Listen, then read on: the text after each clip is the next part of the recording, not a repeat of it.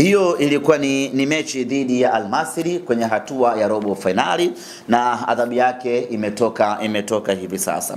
Lakini vile vile tumepewa adhabu kutokana na mechi ya finali ya kombe la shirikisho Afrika dhidi ya RS Berkane. Na yenyewe ilikuwa na matendo kama haya yalotokea kwenye mechi dhidi ya Al Masry.